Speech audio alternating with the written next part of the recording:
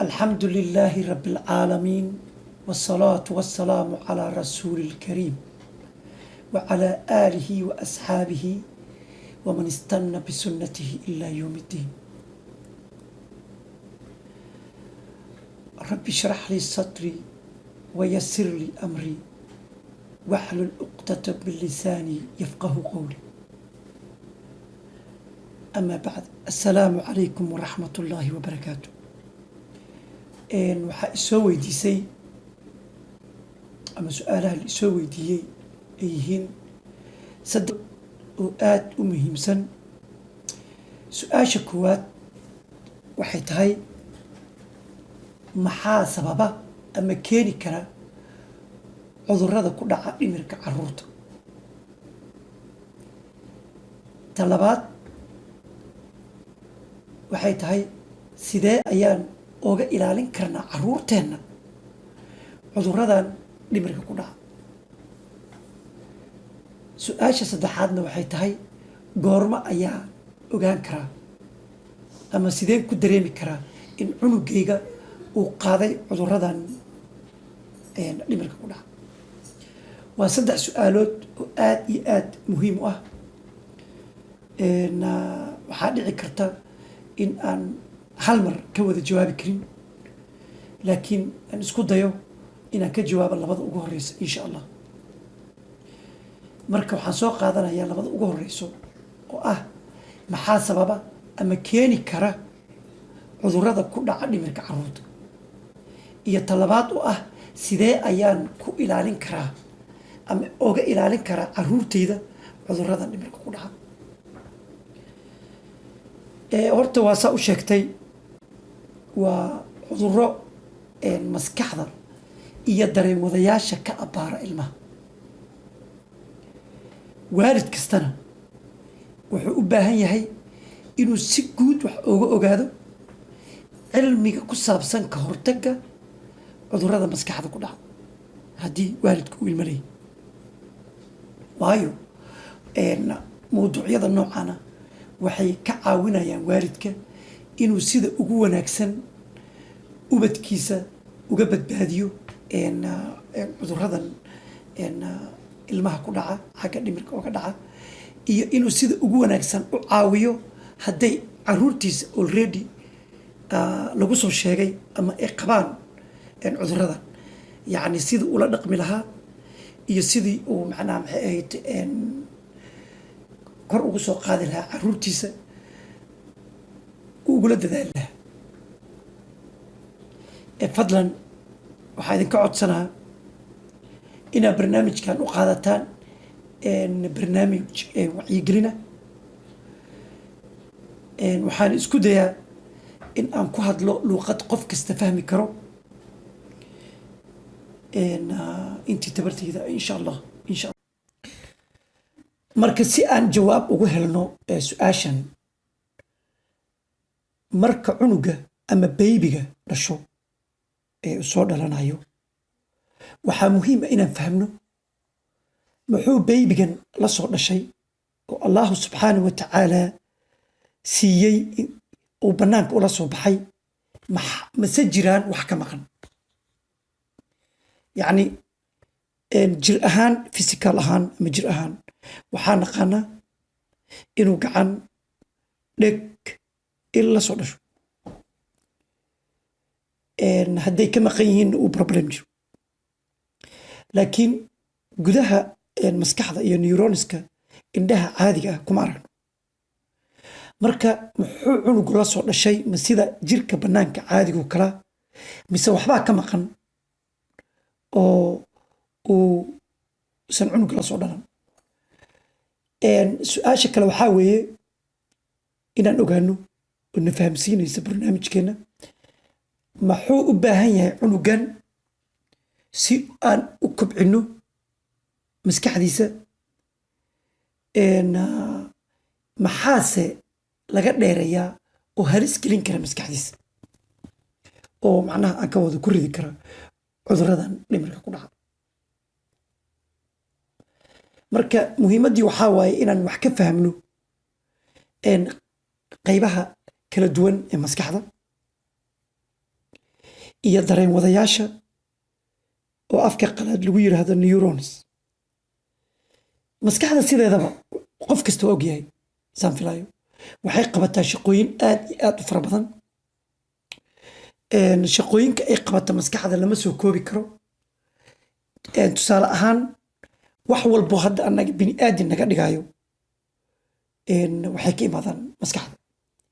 ha noqoto wax aan urinay ama aan ismeel garaynay, ha noqoto wax aan taabanay oon sheegnay inuu adag yahay inuu jilicsan yahay, ha noqoto weji aan kala garanay oo aan dhahnay wejigan ama waa xawayaan noocaas ama picturekan waa noocaas ama qofkan waa hebel ama qofkaas waa hebel.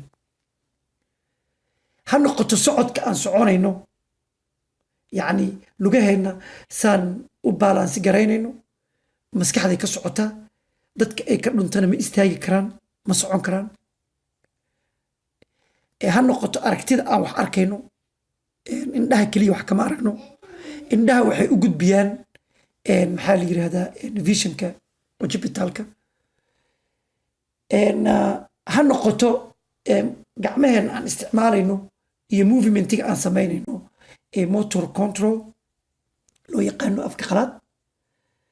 ha noqoto waxyaabaha aan ballaangaraynayno ama aan xukumayno waa xun yahay waa fiican yahay aan leenahay. ha noqoto hadalkeenna iyo speechkeenna iyo waxyaabo aad u fara badan. ha noqoto memoriga inaan wax xafdino sida xaafid alqur'aan oo kale, qur'aanka xafdiyo kale wuxuu isticmaalay brainka inuu ku xafdiyo. macnaha maskaxda waxay haysaa shaqada ugu muhiimsan ee nolosha. marka sida aan kasoo xigan karno marka istimeedyo ama qiyaasyo ama baaritaano la sameeyey sida normalka ah, ilmaha yar ee beybiga ah waxay la soo dhashaan dhammaan unugyada dareen wadayaasha jirka. qiyaastii 100 milyan oo dareen wadayaal ah ama neurons biqudratillah. tirada waa tiro aad u fara badan oo 2 jeer ku dhowaad ka badan tirada neuronska ama dareen wadayaasha qofka weyn ku jirto. tusaale ahaan tirada dareen wadayaasha hooyadiis, aabihiis iyo dadka waaweyn ku jirto cunuga yar ee soo dhashay naga neurons iyo dareen wadayaal badan. waxaase sida sayniska caddaynaya ka maqan neuronskii isku xiri lahaa, fariinta u kala qaadi lahaa oo sahli lahaa inay si caadi ah u koraan, si caadi ah u wada shaqeeyaan qaybaha kala duwan ee dareen wadayaasha maskaxda.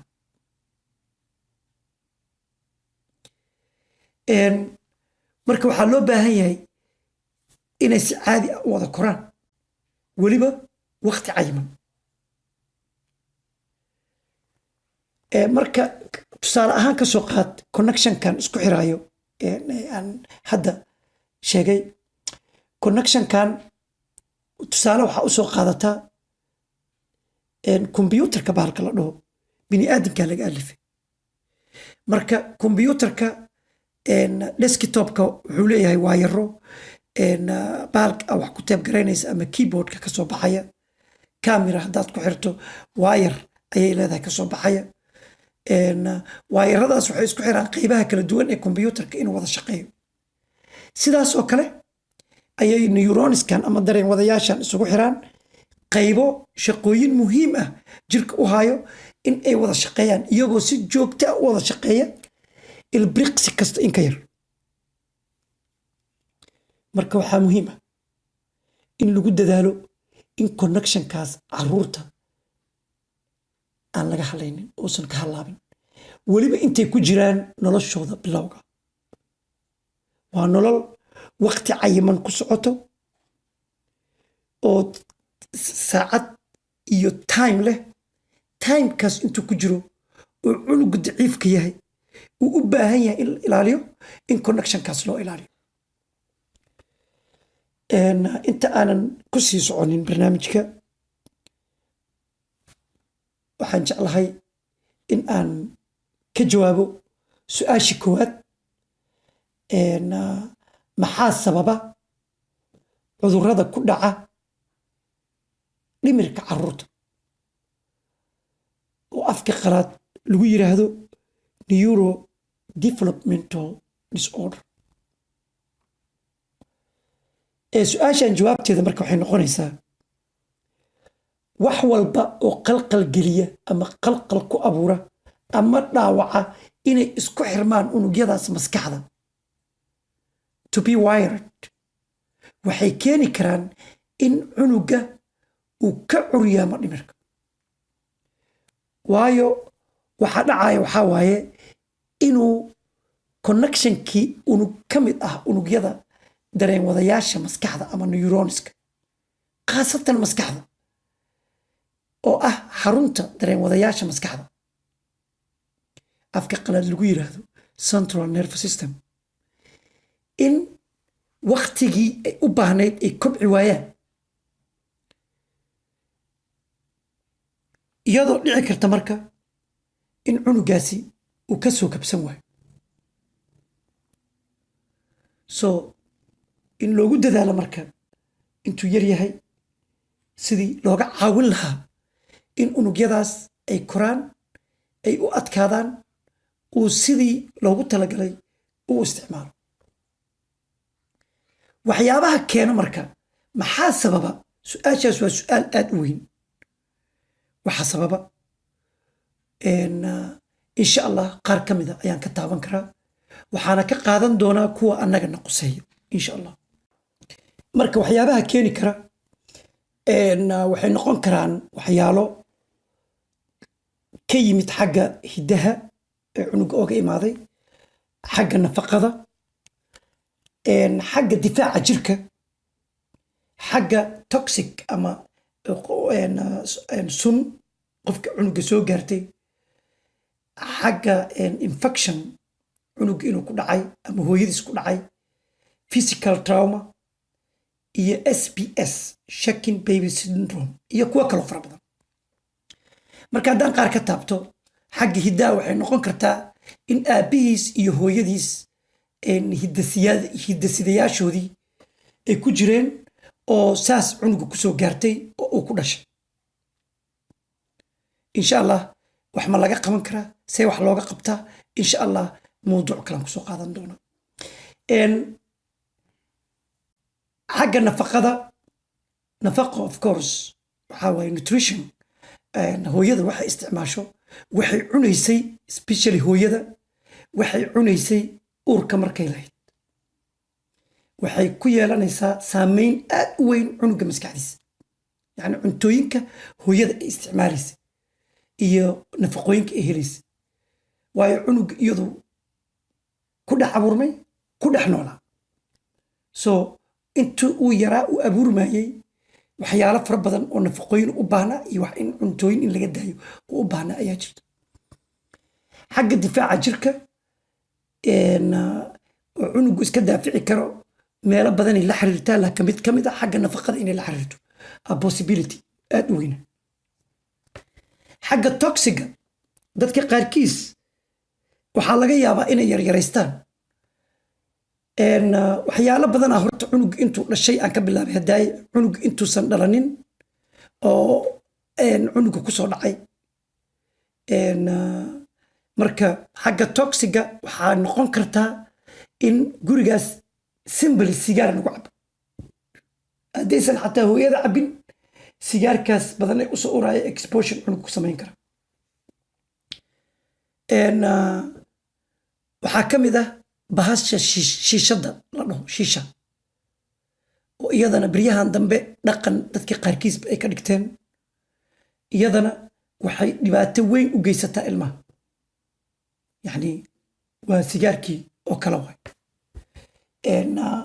infectious disease waa another one iyo physical trauma inuu qofka ku dhacay in jug iyo waxyaaba ay gaareen uurka intay lahayd hooyada iyo cunuga markuu dhashay.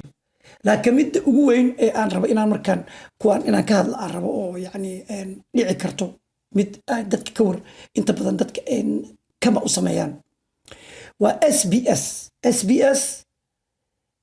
means shaking baby syndrome.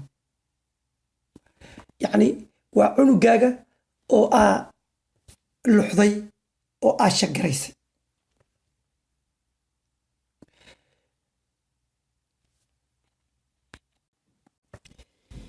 marka su'aasha koowaad haddaan intaas uga baxo waxaan qiyaasayaa in dadka dhagaysanaya barnaamijkan haddaad ka mid tahay aad tahay qof weyn waalidna aad tahay in aad Soomaali tahay ama af Soomaaliga baratay waxaan qiyaasayaa inaad muslim tahay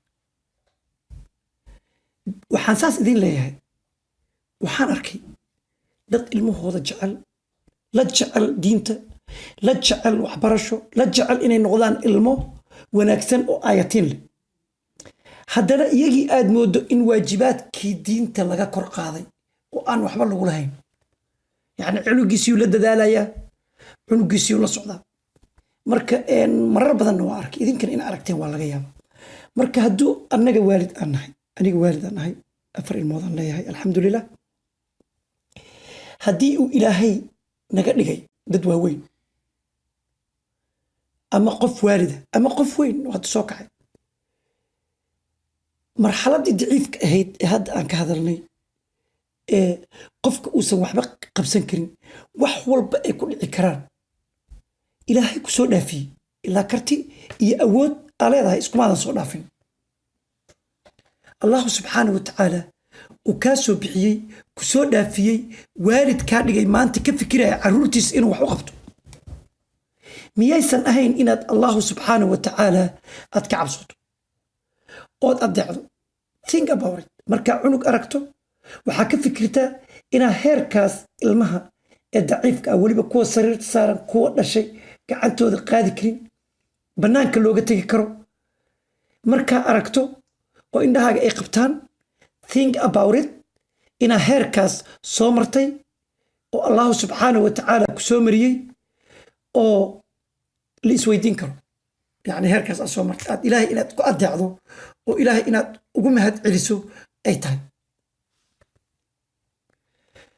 مركا سورة القرآن هذا حبتك سوقات I'm not a scholar وحانا يقف برتو هذا إسلامك مركا وحكا وذا مرحلة ذا نرش أن مرين الله سبحانه وتعالى وحو نوح حسوسي سورة النوح وحونا نيري ما لكم لا ترجون لله وقارا وقد خلقكم أطوارا ومعنى هذا يهي محاد ليدهين قد الله وينديس وقعبسون لأذين What's matter with you إساقو إذن كأبوري إذن كومرا يا مرحلة ذكر دو ما أنت هالكاسان وقبحيا السلام عليكم ورحمة الله وبركاته